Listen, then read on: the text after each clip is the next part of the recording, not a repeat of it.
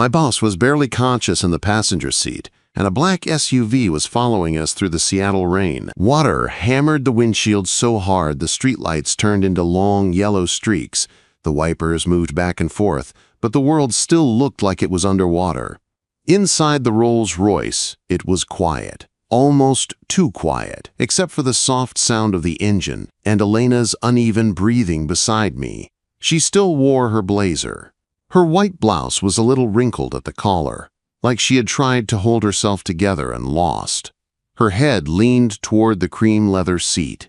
Above her, the fake stars in the roof glowed like a private sky for rich people. "Why is the world spinning?" she whispered. Her voice did not sound like the woman who talked to boards and investors. It sounded small and tired. I kept both hands on the wheel. My gray t-shirt was damp at the collar from the walk through the rain to the garage. I did not look like I belonged inside a car like this with a woman like her. That was fine. Tonight, my job was not to fit in. It was to get her home alive. "Water," I said. "Slow breaths. Keep your eyes closed." "I only had 2 glasses," she said. "I remember the toast." Then, nothing.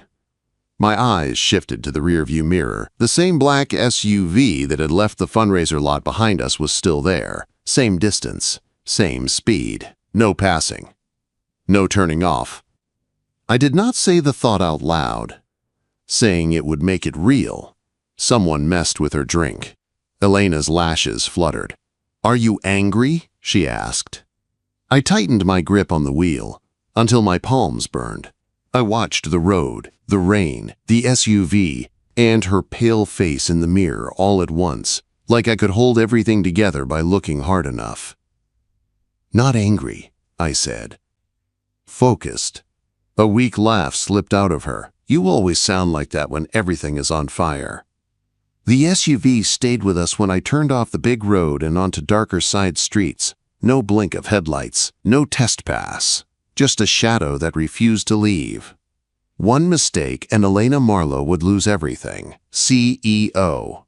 Market favorite. The woman half the city loved and the other half loved to hate. One bad photo of her drugged and falling down and they would say she deserved it. Officially, I was her executive assistant. The quiet guy who managed calendars, screened calls, kept tempers smooth, and stood to the side when board members walked past. On paper, I was support staff. In reality, I was the wall people slammed into when they tried to cross the line. 2 years earlier, she hired me after I caught a security breach at her competitor while I was on a short contract. I walked into her old office, dropped a printed list of compromised credentials on her desk, and left before the receptionist could ask my name. She found me anyway. "Can you stop this from happening to me?" she asked that day. I had not sold myself with a speech. I had just handed her a list of weak points and met her eyes. She read the answer there. Now her inner circle had 3 key names. Julian Pike, CFO. Smooth, charming, always smiling. The board liked him because he sounded safe. Marcus Vale, VP of Operations. The one who made things move on time and watched everyone while pretending not to.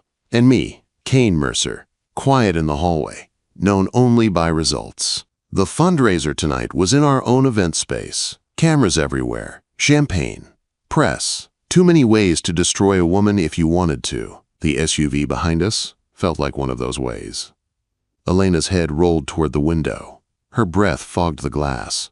I forced my voice to stay calm. "Stay with me," I said. "Tell me something that's true." "True?" Her lips curved in a faint, tired smile. "You never drink at events." "Not even when Julian offers." "That's true. You watch the room like you're counting exits." "That's also true," I said. Her gaze drifted to my hands on the wheel. "You're hurting the steering wheel."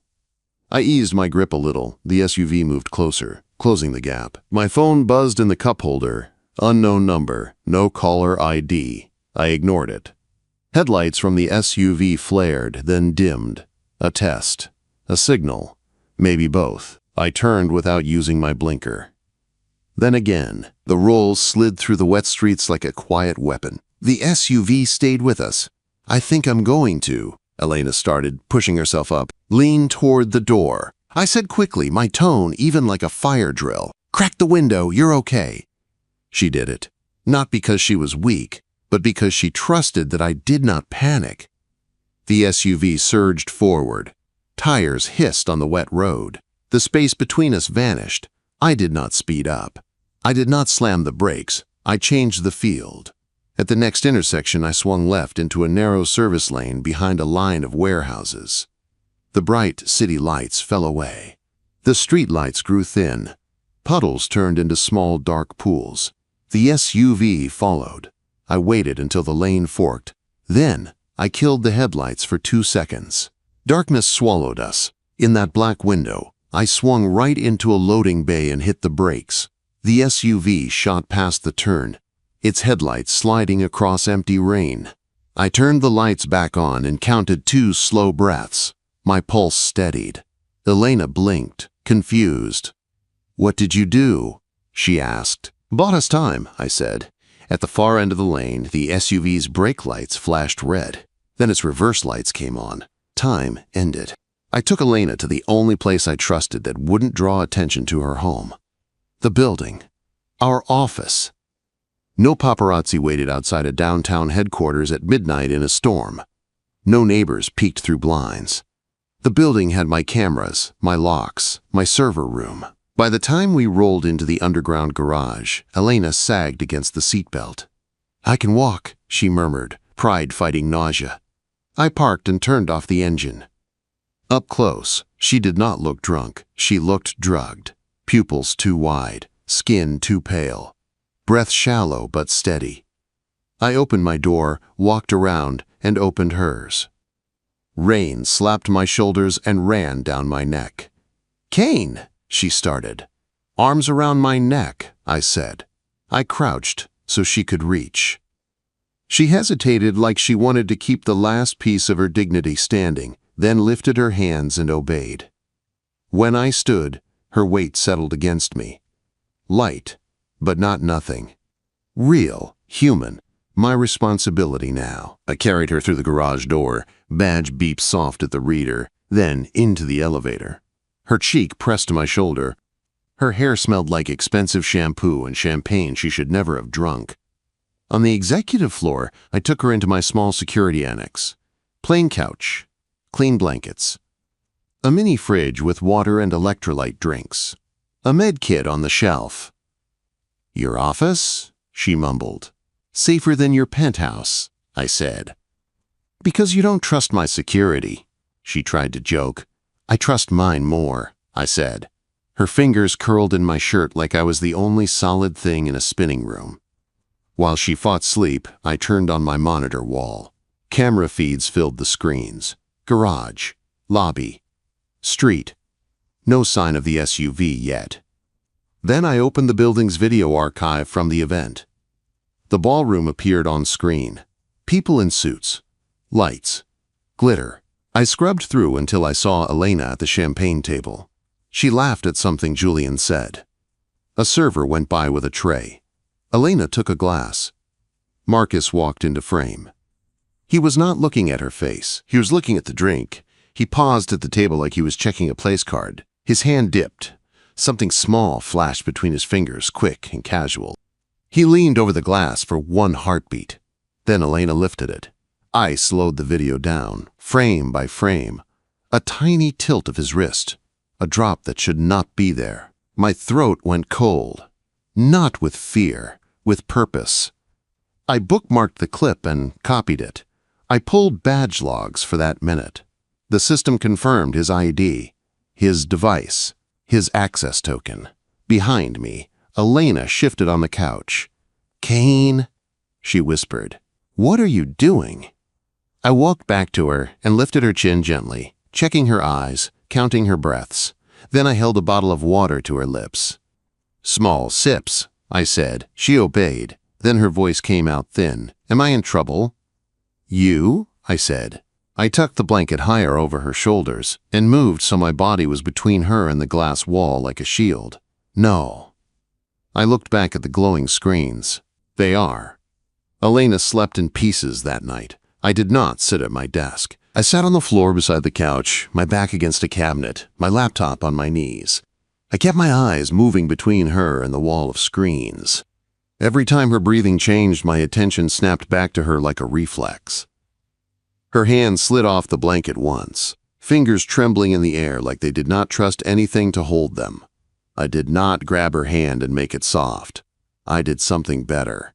I opened the med kit and took out a small pulse monitor. I clipped it to her finger and watched the numbers on the tiny screen. Heart rate, oxygen. Both a little rough, but steady. Then I set silent timers on my phone. One for water, one for checks. No guesswork, just planned care. By 2:30 in the morning, some color had started to return to her face. Her eyelids did not flutter as much. Her breathing evened out. When she finally woke, it was slow. She pushed herself up on her elbows, looked around my small annex, and frowned like the room had insulted her. "I'm in your bunker," she said. "Security annex," I said. The bunker is in my head. Quote. I slid a bowl across the low table toward her. It was plain soup I had heated in the microwave. Nothing fancy, just warm and easy to keep down. Elena sniffed it. "Did you cook?" "Microwave," I said, her lips curved weakly. "So you're not a miracle worker." I did not smile back. I watched her hands. They held the spoon without shaking. That was what mattered. "What happened last night?" she asked. Her voice was rough. "You remember the toast?" I asked. She nodded. "Yes." Then the room blurred. "You were not drunk," I said. "Not how people get drunk." Elena went still. "Kane." "Someone slipped something into your champagne," I said. Her throat moved as she swallowed. "Who?" "I have a strong idea," I answered. "I will get proof you can use." She looked at me for a long moment. Her eyes were clearer now, sharp even through the leftover haze. "You're certain," she said. I did not try to comfort her. I opened my laptop and pulled up the clip. I turned the screen toward her. There she was on the footage, laughing with Julian at the champagne table. A server with a tray, her hand reaching for a glass. Then Marcus stepping in, his hand dipping. That small, wrong movement. Her jaw clenched. Not in shock, in cold anger. "I knew he hated me," she said quietly. "I did not know he'd risk this." I saw her straighten her shoulders. The armor started to go back on, but this time it sat on someone who knew the attack, not just the threat. "Phones," she said. "Do you have mine?" "In the car," I said. "I did not want you waking up to headlines." Her eyes flicked to the monitors. "Is the board going to find out?" Quote, "They will see what you show them," I said. She stared at me like she was seeing me with new eyes. "What are you, Kane?" she asked. I did not answer with a job title. I opened a different screen. A network map filled it. Red marks showed silent attacks that had been hitting our systems for weeks. Little bites at the edges, trying to make us look weak and sloppy. "This is what has been happening under the surface," I said. Slow cuts. "Looks like accidents." "It is not." "Julian said the instability was because you were overhauling too much," she said. "Julian says what helps Julian," I said. "He needs you to look careless." "And you let him say that?" she asked. I lifted one shoulder. "Sometimes you let a man talk until he thinks he is alone." By evening, she was steady on her feet. The building was almost empty. Outside, the city lights glowed against the wet glass. Inside, our floor felt like a clear stage. I ordered takeout to the office. No candles. No soft music. Just 2 containers of hot food and a stack of napkins. We ate in the annex with the monitors on silent. Elena took off her blazer and rolled up her sleeves. Her hair was pulled back in a loose tie. She looked less like the woman on magazine covers and more like a tired human who had been standing in a storm for too long. "If Julian and Marcus are both involved," she said slowly, "why now?" "Because the board vote is tomorrow," I said. "The merger and the story they built around it. If you look unstable, the board thinks they need a temporary replacement. Temporary becomes permanent." She stopped with her fork halfway to her mouth. "They would destroy me with one photo," she said. I did not tell her they already tried. I showed her. I opened a second file and put it on the screen. A still frame from the garage camera, me carrying her in the rain, her arms around my neck, her face pressed against my shoulder. It looked like a stolen romantic moment. It also looked like scandal. They already had a camera on us, she said softly. Yes, I said. And you? She asked, staring at the image. You carried me anyway. I did not shrug it off. I did not say some line to make it pretty. I set my phone on the table beside the picture, screened down, and pushed it away like a weapon I refused to use. I did what kept you alive and out of a ditch, I said. Something shifted in her eyes. Respect was already there. This was something else. A new understanding that the quiet man by the door was not quiet, because he had no power. She set her fork down. If this ends tomorrow, she said, her voice lower now, I do not want to regret what we did not say. My breath stayed even. My body did not move closer. I just looked at her and gave her the space to choose. Then say it, I said. She leaned in first. When her mouth met mine, it was not soft or shy. It was firm, clear, a kiss from a woman who chose on purpose. Her fingers tightened on my wrist. My hands slid to the back of her neck, holding her steady but not forcing her. She tasted like cheap office dinner and expensive fear. When she pulled back, her eyes were bright and sharp. No mistakes tonight, I said. Her lips curved in a thin smile. Good, she said, because tomorrow I'm going to burn them down. At 3:32 in the morning, the building reminded us we were still in a fight. All the monitors flashed. Then they went black. The soft hum of the servers changed pitch. A fan somewhere below us whined like a siren. Elena snapped awake on the couch. What is that? She asked. An attack, I said. I did not raise my voice. I picked up my go bag from the cabinet. Flashlight, spare drives, small tools, gloves. She stood and slipped her heels back on with a hard click. Her hair was pinned back again. War mode. You should stay here, I said as we stepped into the elevator. No, she said. If they are coming for me, I want to see their faces. The elevator dropped us to the lower level. The air was cold and dry. The server room door read my badge and hesitated like something inside was fighting it, then unlocked. Blue lights blinked in rows. The pattern was wrong. Someone had tried to wipe the video from the fundraiser. They had scrubbed the index, the easy way, thinking that erased the footage. It did not. It just hid it. I jacked in and went under the broken layer. I pulled the raw file straight from the disk. The clip sprang back to life. Marcus at the table. The drink. The drop. Elena stood behind me and watched her own almost ruin with a hard stare. Marcus, she said. Yes, I said. Another log caught my attention. An access spike at the same time the cameras were hit. The user account was not mine. Not a system bot. It was Marcus' own credentials. Then I saw a small purchase on his corporate card. Late night pharmacy. Item redacted. Signed with a code only operations had. I opened the internal messages and found one flagged by the system. It had been sent and deleted fast. From Julian to Marcus. Make sure she can't speak tonight. One photo is enough. Elena pressed her hand over her mouth. Her eyes did not water. They hardened. You have it, she said. Enough? Almost, I said. I exported the footage, the access logs, the deleted message, and the records into one sealed file. I locked it with a hash code that would show if anyone tried to change a single frame. Then I slid the small drive into a hard plastic case made to show if it had been opened. I snapped it shut. The sound was small, final. I locked the main server rack with a real key, not just a badge. Then I pocketed the key and the drive. No more back doors. No more, maybe. Elena stepped closer.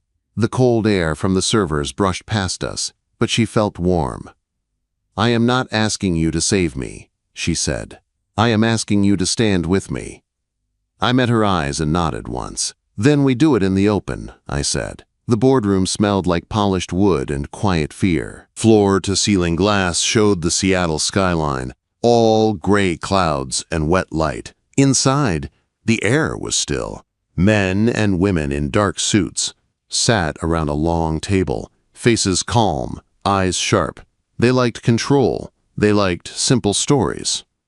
Tonight, they thought they were about to hear one. Elena sat at the head of the table, back straight, hands steady, face calm in a way most people would call cold. I knew better. Calm was what she built when she had to stand on ice. Julian sat 2 seats down from her. Perfect tie, perfect smile. The board leaned toward him when he spoke. He sounded like good news even when he was handing them a knife. Marcus sat near the middle, half slouched in his chair, arms loose, eyes moving. He looked relaxed. He was not. I stood behind Elena's right shoulder, not at the table, not in their club. It did not matter. My suit jacket fit wrong on my shoulders, but I was exactly where I needed to be. "We are concerned about leadership stability," Julian started. His voice was warm, smooth, the tone of a man who wanted everyone to feel he was on their side. "The market is sensitive. Our investors are nervous. The optics last night were not helpful." A board member cleared his throat. "What optics?" Julian clicked a small remote. The big screen on the wall came to life. There I was, carrying Elena through the underground garage. Rain on my shoulders, her arms around my neck, her face turned into my chest. The camera angle made it look like a stolen moment, like a secret. Soft gasps moved around the table. A few raised brows. One woman sat back, eyes narrowing. "This is not about her private life," Julian said, sounding almost sad. "It is about risk. Public risk. Elena, were you intoxicated at a company event? Were you compromised?" The trap was neat, simple, a yes or no that would hang in headlines. Elena did not flinch. She did not rush to defend herself. She looked at me for half a second, a quiet signal. Time. I stepped forward and set the small sealed case on the table. It made a soft click against the wood. "Before we talk about optics," I said, "we should talk about facts." Julian's smile went tight. "And you are?" he asked. Like he did not know, Elena answered. "Kane Mercer," she said, her voice clear. "Acting Director of Security and Cyber Response." "Acting?" one board member repeated. "He has been acting in that role for months," she said, quietly. "Because someone was bleeding this company." The board shifted. A few looked at each other. I kept my eyes forward. "Mr. Mercer," one of them said to me, "do you have something relevant to the incident?" "Yes," I said. "Elena was not drunk. She was drugged." Julian laughed. It was small and false. "Come on, this is dramatic." I picked up the remote from in front of him. No one stopped me. The screen changed to the ballroom footage. The champagne table. Elena taking a glass. Julian talking beside her. Marcus moving into frame. I slowed the video and let it roll. The board watched Marcus pause. Watch his hand dip. Watch that small wrong tilt over her glass. "This is from our own security system," I said. "Time-stamped. Signed by the server. Unedited."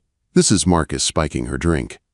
The room went quiet in a way that felt heavy. Marcus sat up straight. "That clip is edited," he said. His voice was too sharp now. I clicked again. The screen split. On one side, the clip. On the other, the badge log showing his ID ping that exact second, at that exact spot. Then the access log where his account tried to scrub the video index at 3:12 a.m. Another click. A copy of the deleted internal message filled the center of the screen. From Julian to Marcus. "Make sure she can't speak tonight. One photo is enough." Julian's fake smile died. A woman on the board looked slowly from the screen to Elena. "Is this real?" she asked. "Yes," I said. "Pulled from our server room after someone tried to delete it. I have the raw data and the math to prove it."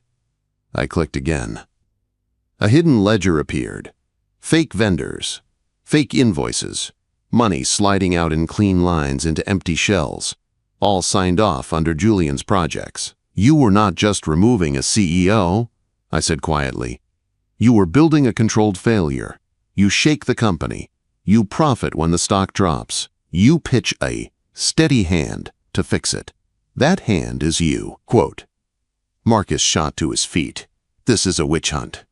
I stepped forward, placing myself in his path. I did not raise my voice. I did not push him. "Sit," I said. He looked at me and saw something he had not noticed before. Not an assistant, not background. A wall. Solid. Unmoved. He sat. "Elena," Julian said, turning back to her, palms up now, charm cracking. "We can discuss this privately. No need to." "No," she said, just that one word. It cut through the room. "We talk here," she went on record, with the board, with the evidence in front of us. She turned to face them fully. Her voice stayed even, but I could feel the fury under it. "You tried to drug me," she said to Julian and Marcus. "Photograph me and move me out of my own company. For money. For control." A board member who had been quiet finally spoke. "We need an immediate vote," he said, voice tight. "Suspension, referral to law enforcement, independent audit." No one argued. I had already called security, not the team Marcus liked to use for show, mine. 2 plain suit men came in and stood by the door, calm, waiting. Julian's shoulders sagged. Marcus's jaw clenched. As they were escorted out, Marcus shot me a murder glare. "You're just her assistant," he spat. I leaned in just enough that only he could hear me. "No," I said. "I am the reason you got caught."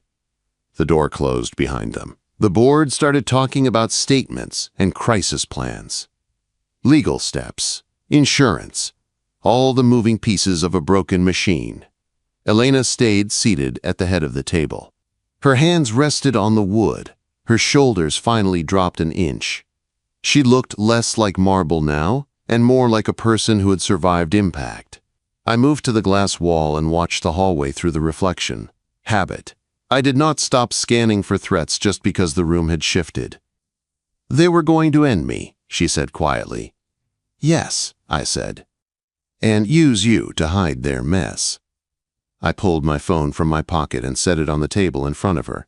I tapped the screen to open the camera, then flipped it to record.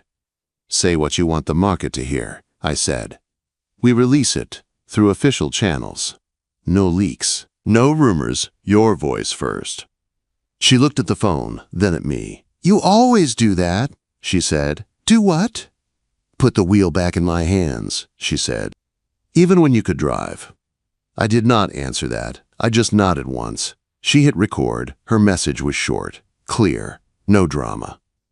She said there had been an internal attack, that senior leaders had been removed, that law enforcement had evidence, that the company was stable and would not hide from the truth. When she finished, she stopped the recording and set the phone down.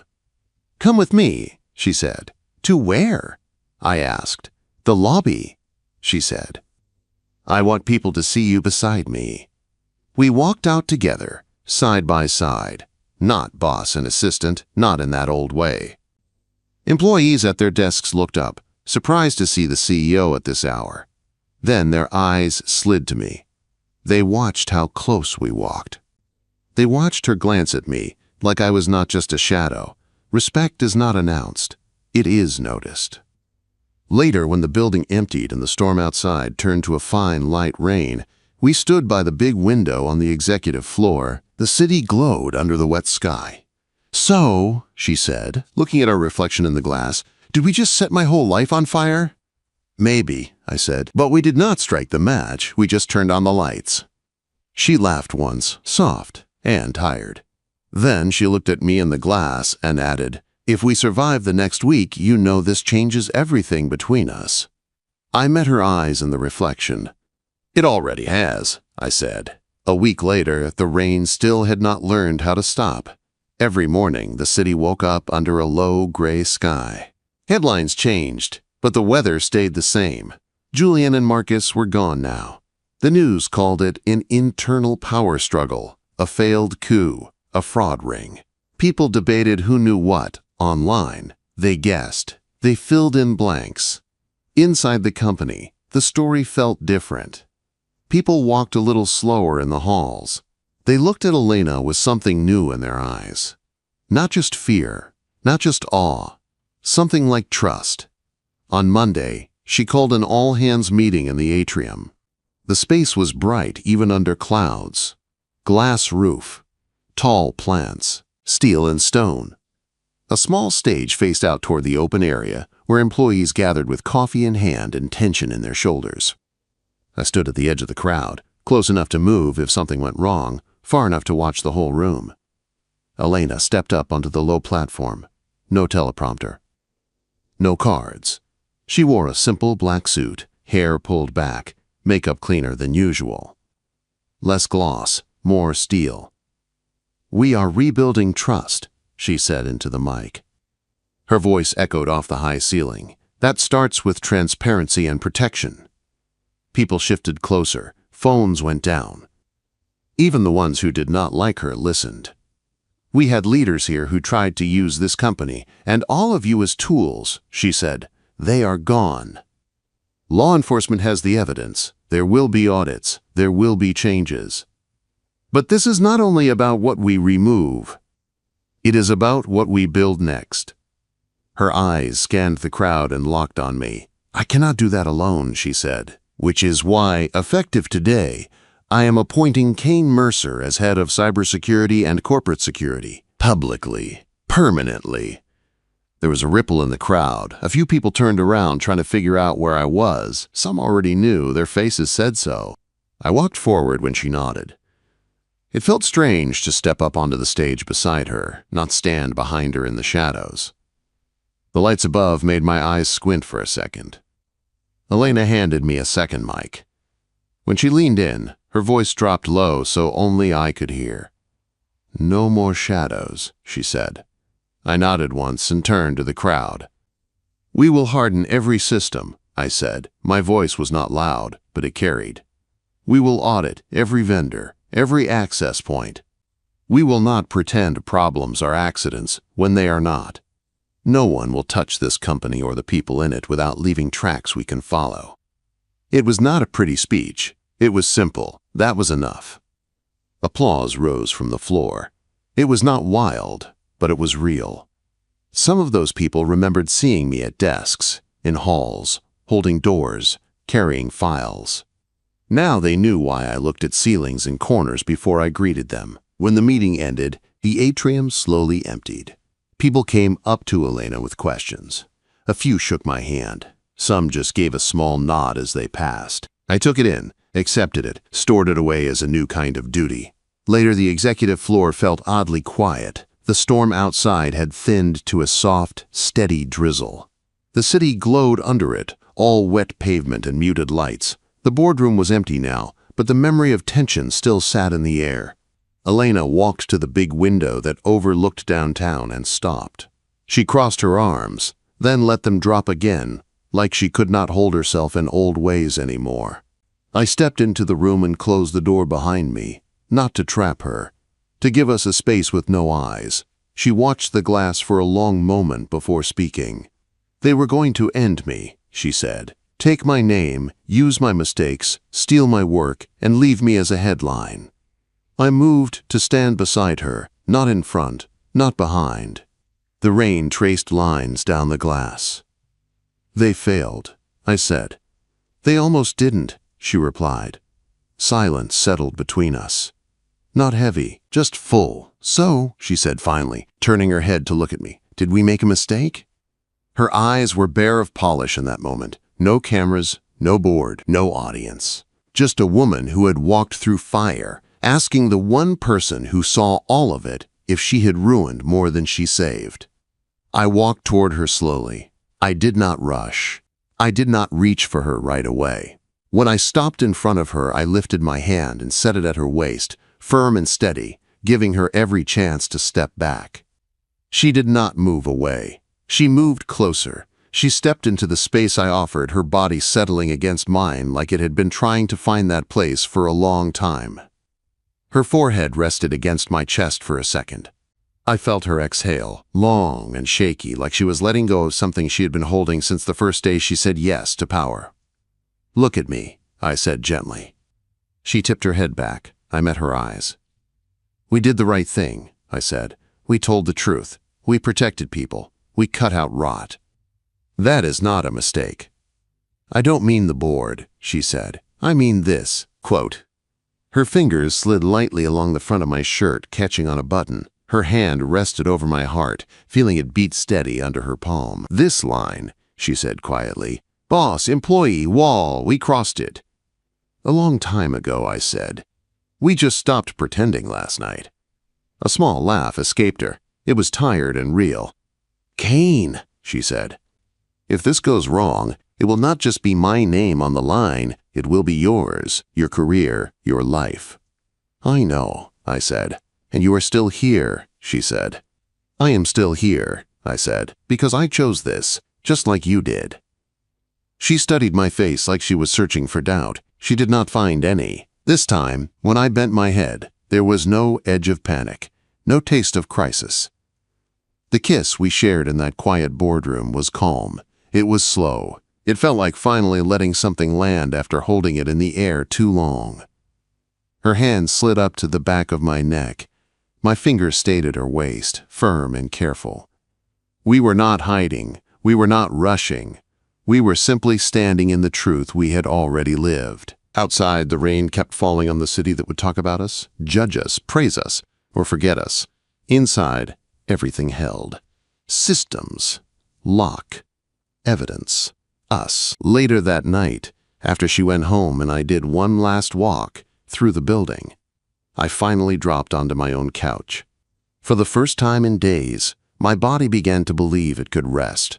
I woke to the buzz of my phone on the coffee table. Morning light leaked around my blinds. A single message from Elena lit up the screen. Did we make a mistake? No ellipsis, no emoji, just 6 plain words from a woman who knew exactly how much hung on them. I stared at the text for a second, then typed my answer with one thumb. No, we chose each other.